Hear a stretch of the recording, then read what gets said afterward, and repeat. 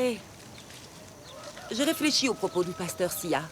Lorsque nous avons cru au Seigneur, nous nous sommes repentis de nos péchés, si bien que nous avons été sauvés par la grâce.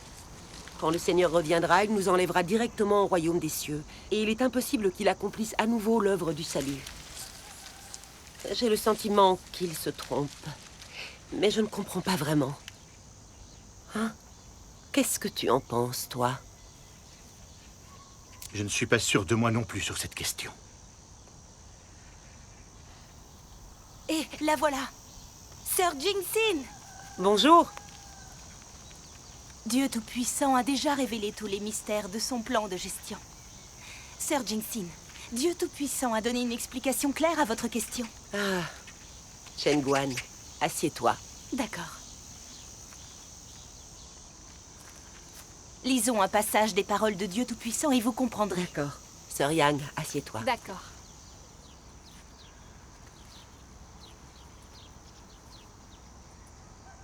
Dieu Tout-Puissant dit: à l'époque, l'œuvre de Jésus était la rédemption de toute l'humanité. Les péchés de tous ceux qui croyaient en lui étaient pardonnés. Tant que tu croyais en lui, il te rachetait. Si tu croyais en lui, tu n'étais plus un pécheur. Tu avais été relevé de tes péchés. C'est cela que signifiait être sauvé et être justifié par la foi. Pourtant, il y avait un reste de rébellion et d'opposition à Dieu chez ceux qui croyaient, et cela devait être retiré lentement. Le salut ne signifiait pas que l'homme avait été complètement acquis par Jésus, mais que l'homme n'appartenait plus au péché, que ses péchés avaient été pardonnés. À condition que tu crois, tu n'appartiendras plus jamais au péché. Même si l'homme est racheté, et si ses péchés sont pardonnés, cela est considéré comme si Dieu avait oublié les transgressions de l'homme et n'avait pas traité l'homme en conformité avec les transgressions de l'homme. Toutefois, lorsque l'homme vit dans la chair et qu'il n'a pas été libéré du péché, il ne peut que continuer à pécher, relevant sans cesse son tempérament satanique corrompu. Cela est la vie que l'homme mène, un cycle sans fin de péché et de pardon. La majorité des hommes pêchent dans la journée pour se confesser dans la soirée. Ainsi, même si le sacrifice d'expiation est toujours efficace pour l'homme, il ne peut pas sauver l'homme du péché. Seulement la moitié de l'œuvre du salut a été achevée. Car l'homme a encore un tempérament corrompu. Il est plus profond que le péché, planté par Satan et profondément enraciné dans l'homme. Il est difficile à l'homme de prendre conscience de ses péchés. L'homme est incapable de reconnaître sa propre nature, profondément enracinée. De tels effets peuvent être atteints seulement grâce au jugement par la parole. L'homme peut dorénavant être progressivement transformé seulement de cette manière. Un pécheur comme toi, toi qui viens d'être racheté, qui n'a pas été transformé ou perfectionné par Dieu, peux-tu être selon le cœur de Dieu? Quant à toi, toi qui es encore le vieil homme, il est vrai que tu as été sauvé par Jésus et que tu n'es pas compté comme un pécheur à cause du salut de Dieu. Mais cela ne prouve pas que tu ne sois pas un pécheur et ne sois pas impur. Comment peux-tu être saint si tu n'as pas été transformé? À l'intérieur, tu es assailli par l'impureté, l'égoïsme et la bassesse. Mais tu souhaites toujours descendre avec Jésus. La chance te sourirait à ce point. Tu as raté une étape dans ta foi en Dieu. Tu as simplement été racheté, mais n'as pas été transformé. Pour que tu sois selon le cœur de Dieu, Dieu doit personnellement te transformer et te purifier. Si tu es seulement racheté, tu seras incapable d'atteindre la sainteté. De cette façon, tu ne seras pas qualifié pour partager les bénédictions de Dieu. Car tu as raté une étape de l'œuvre de la gestion de l'homme par Dieu, qui est l'étape clé de la transformation et du perfectionnement. Et donc toi, un pécheur qui vient d'être racheté, tu es incapable de recevoir directement l'héritage de Dieu.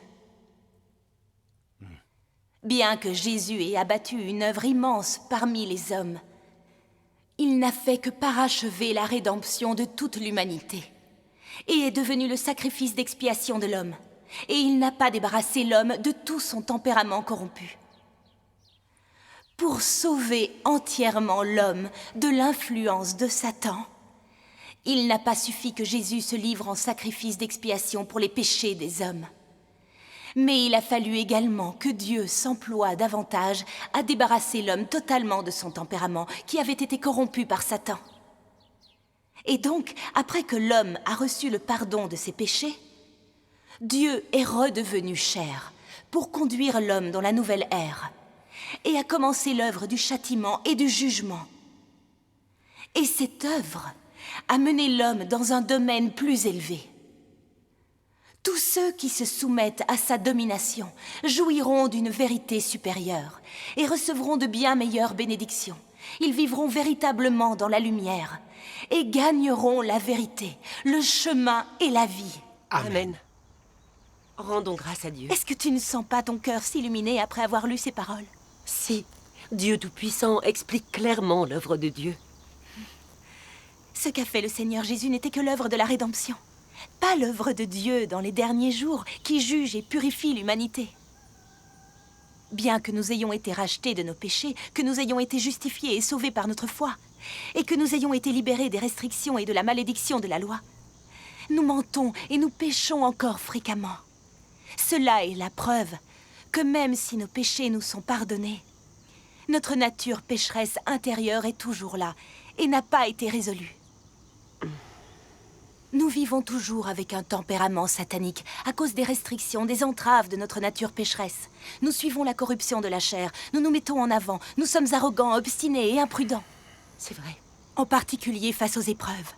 Nous nous plaignons et blâmons le Seigneur, nous le jugeons et allons jusqu'à le trahir. Nous sommes totalement incapables de mettre ces paroles en pratique et de vivre la réalité de ces paroles. Même si nous prions et nous nous confessons au Seigneur, et même si nous travaillons dur en son nom, nous sommes incapables de nous libérer du péché. Nous vivons toujours dans une circonstance de péché et de confession. C'est un problème qu'ont tous ceux qui croient au Seigneur. Oui, c'est vrai. Ce sont des faits incontestables. Le Seigneur est saint, la sanctification sans laquelle personne ne verra le Seigneur. En fait, nous péchons fréquemment, puis nous nous confessons, et nous mentons et trichons souvent. Nous ne connaissons pas le Seigneur, nous ne lui obéissons pas réellement. Si notre croyance au Seigneur ne nous apportait aucune bénédiction, nous n'hésiterions pas à nous rebeller contre le Seigneur. Nous le blâmerions et le condamnerions et nous nous éloignerions de lui. C'est entièrement vrai. Combien de gens continueraient à se consacrer réellement au Seigneur? Pour le dire précisément, même nous qui croyons au Seigneur avons ce tempérament satanique. Nous ne parvenons même pas à mettre ces paroles en pratique.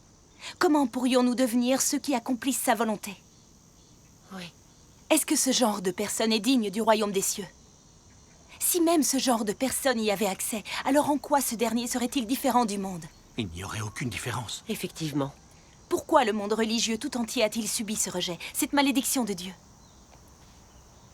N'est-ce pas parce qu'ils vivent avec un tempérament satanique, qu'ils mentent et pêchent fréquemment, et qu'ils résistent à Dieu et le jugent? Non seulement ils n'acceptent pas le retour du Seigneur, mais ils condamnent aussi l'œuvre de Dieu Tout-Puissant dans les derniers jours. Ils se font l'ennemi du Christ des derniers jours sans réconciliation. Comment pourraient-ils éviter la malédiction de Dieu? C'est vrai. Oui. Comment le tempérament de justice de Dieu pourrait-il tolérer l'existence de telles forces qui lui résistent? Aujourd'hui, nous avons vu que l'œuvre de Dieu des derniers jours ne peut advenir que dans l'Église de Dieu Tout-Puissant. Elle ne peut pas se réaliser au sein des cercles religieux, et elle ne peut pas se réaliser dans le monde. Que cela montre-t-il? Il est évident que les cercles religieux et le monde sont des lieux de résistance à Dieu, et que la volonté de Dieu ne peut s'y réaliser. C'est tout simplement impossible. Il en est vraiment ainsi. Tu l'exprimes si bien. Dieu Tout-Puissant des derniers jours est venu. Il a accompli l'œuvre du jugement qui commence dans la maison de Dieu, sur les fondations de l'œuvre de la rédemption du Seigneur Jésus. En exprimant la vérité pour juger et purifier le tempérament satanique de l'homme, il sauve complètement l'humanité de l'influence de Satan. Donc, il n'y a qu'en nous soumettant à l'œuvre du jugement de Dieu Tout-Puissant que nous échapperons à notre tempérament satanique et deviendrons ceux qui obéissent et adorent Dieu, qui gagnent le salut et entrent dans son royaume. Rendons grâce à Dieu. Si nous n'acceptons que le salut du Seigneur Jésus, mais pas l'œuvre du jugement de Dieu dans les derniers jours, nous ne pourrons pas devenir des gens qui accomplissent la volonté du Père Céleste, et nous ne serons pas réellement obéissants à Dieu. Vu comme cela, comment serions-nous dignes d'entrer au royaume des cieux? C'est vrai. Maintenant, tout est clair. Le Seigneur Jésus n'a accompli que l'œuvre de la rédemption. Et bien que nos péchés aient été rachetés, nous continuons à mentir et à pécher régulièrement. Quand il y a des choses qui ne sont pas en accord avec nos opinions, nous blâmons Dieu. Si ce n'était pas pour entrer dans le royaume des cieux, nous serions incapables de tout abandonner et d'accepter la souffrance. C'est exact. J'ai enfin une vision claire de tout ça. Autrefois, notre réflexion à ce sujet était trop naïve. Nous pensions que de par notre foi, nous serions rachetés de nos péchés et que nous pourrions entrer dans le royaume des cieux. Je ne m'étais jamais figuré que l'œuvre du salut de l'humanité par Dieu, ce n'était pas simplement racheter l'homme du péché. C'est aussi l'œuvre du jugement et de la purification de l'humanité dans les derniers jours. Il n'y a que comme ça que les hommes seront purifiés et gagneront le salut.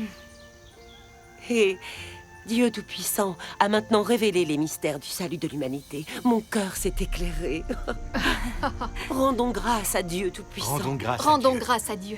Les paroles de Dieu Tout-Puissant ont révélé la vérité que nous n'avions pas comprise depuis des années. Cela nous a vraiment ouvert les yeux. Nous avons la vérité grâce aux paroles de Dieu Tout-Puissant et nous savons comment obéir à l'œuvre de Dieu, comment croire en Dieu, comment le suivre. Nous n'avons plus besoin d'être trompés et aveuglés par les propos fallacieux des pasteurs et des anciens. Les paroles de Dieu Tout-Puissant nous ont réellement sauvés des restrictions et entraves du monde religieux et nous lui avons tourné le dos. Nous nous sentons bien plus à l'aise. Oui. Plus nous lisons les paroles de Dieu Tout-Puissant, plus notre cœur s'illumine. Et est-ce qu'ainsi on ne participe pas au festin du Seigneur? Oui. Oui. Nous avons accepté Dieu Tout-Puissant et accueilli le Seigneur. Et nous lisons ses paroles chaque jour. N'est-ce pas cela, participer au festin du Seigneur? Bien sûr que si. Que de bénédictions. Rendons grâce à Dieu Tout-Puissant. Rendons grâce à Dieu. Rendons grâce à Dieu.